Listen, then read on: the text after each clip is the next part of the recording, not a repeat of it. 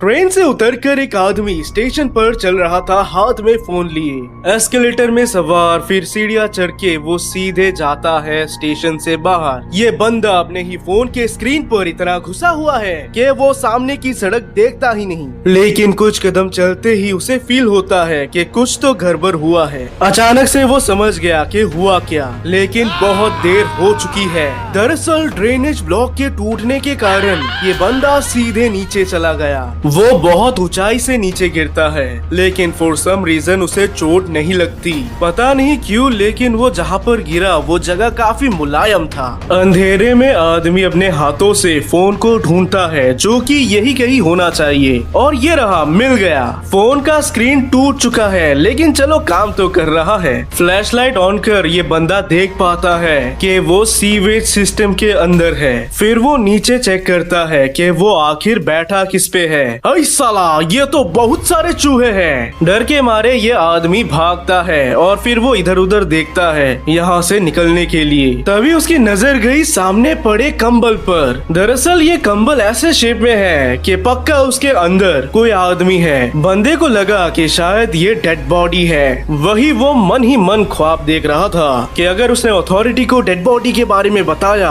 तो वो उसे शाबाशी देंगे और उसका तस्वीर न्यूज़पेपर में भी आ जाएगा। थोड़े और पास जाने पर वो देख सकता है कि ये सच में कोई बॉडी ही है, जिसके ऊपर बहुत सारे मक्खियाँ घूम रहे हैं। एक मक्खी ने तो उस पर अटैक कर दिया। भाई साहब, क्या आप ठीक हो? कोई रिप्लाई ना आने पर वो एक लात मारता है। उसे लगा कि ये हिला, इसीलिए वो एक और लात मारता है और वो देख पाता है कि ये बॉडी हिल रहा है। तभी कंबल से निकलता है एक आदमी, जो कि बहुत ही भयंकर शेप में है। उसकी आंखें नहीं है और देखने से मानो कि उसका पूरा बॉडी खाया गया है। ये आदमी कुछ बोलने की कोशिश करता है, लेकिन तभी वो मर गया। बंदा उसे देख कांप रहा होता है कि तभी उसके मुंह से कुछ निकल रहा है। ओ माय गॉड, ये तो चूहा है। इसे देख वो चिल्लाकर भागने की कोशिश करता है। लकीली उसे मिल जाती है सीढ़ियाँ, जिसके ऊपर है एक दरवाजा जो कि खुल पड़ा और वो सीवेज सिस्टम से बाहर आ जाता है। बाहर कुछ देर वो सोचता है कि ये आखिर हुआ क्या उसने लाइव किसी आदमी को मरते हुए देखा। लेकिन वो रुकता नहीं और वो दौड़ कर घर जाके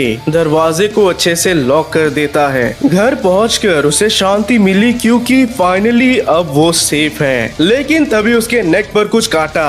मारने पर पता चला कि ये एक मक्खी है। शायद ये मक्खी उसके कोट में थी, इसीलिए वो अपने कोट को उतार कर झाड़ता है। लेकिन जितना वो झाड़ रहा है उतना ही मक्खियाँ निकल रहे हैं। और सिर्फ मक्खियाँ ही नहीं, बल्कि बहुत सारे कीड़े मकोड़े जैसे कि वर्म्स एंड ऑल। लड़के की फट रही है कि ये क्या हो रहा है। तभी उसकी नजर सामने रखे आईने पे पड़ी। वो देख सकता है कि उसके पूरे बॉडी में कीड़े मकोड़ों के काटने के निशान हैं। भला ये सब कब हुआ और कैसे?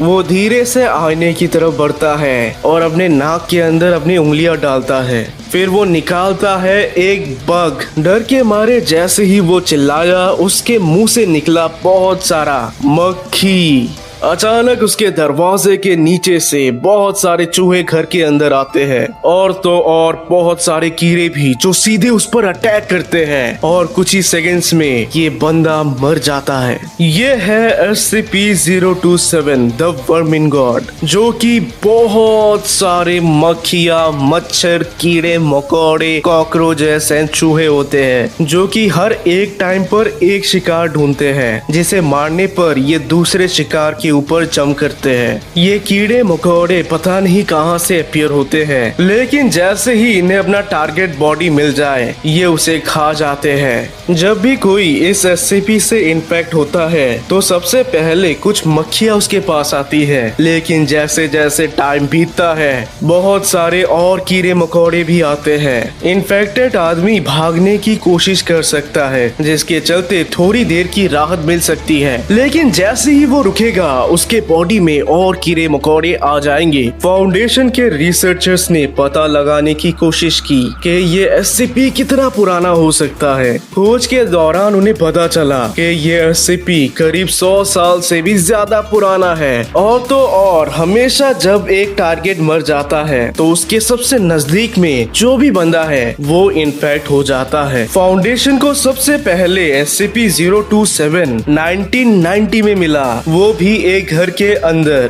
के अंदर दरअसल एक लड़का रहता था जो कि SCP-027 से इन्फेक्ट हो गया। जब उसे पाया गया तब वो मरा तो नहीं, लेकिन उसकी मेंटल हेल्थ तबाह हो चुकी थी। उस वक्त एजेंट बिल्कुल भी समझ नहीं पाई कि ये है क्या। फिर बाकी के एजेंट्स आए और इसे उठाकर फाउंडेशन में लेकर आते हैं। SCP फाउंडेशन में इसे बचाने की बहुत कोशिश की गई, लेकिन ये सरवाइव नहीं करता, जिसके चलते वो करते हैं इस पर ऑटोप्सी। उन्हें उसके बॉडी के अंदर बहुत सारे कीड़े मकोड़े और चूहे मिले। इनफैक्ट उसके 90% बॉडी के अंदर बस कीड़े मकोड़े ही है। उस लड़के के मौत के 6 दिन बाद अचानक फाउंडेशन के एक सिक्योरिटी गार्ड को SCP-027 इन्फेक्ट कर देता है। इंटरव्यू के दौरान ये सिक्योरिटी गार्ड फाउंडेशन को बताता है कि जब रात को वो सो रहा था तो अचानक से उसके नाक के अंदर एक मक्खी चली गई। फिर वो मक्खी कभी बाहर ही नहीं आई। उन्होंने चेक किया तो पता चला कि उसके नाक के अंदर बहुत सारे मक्खी के एग्स हैं।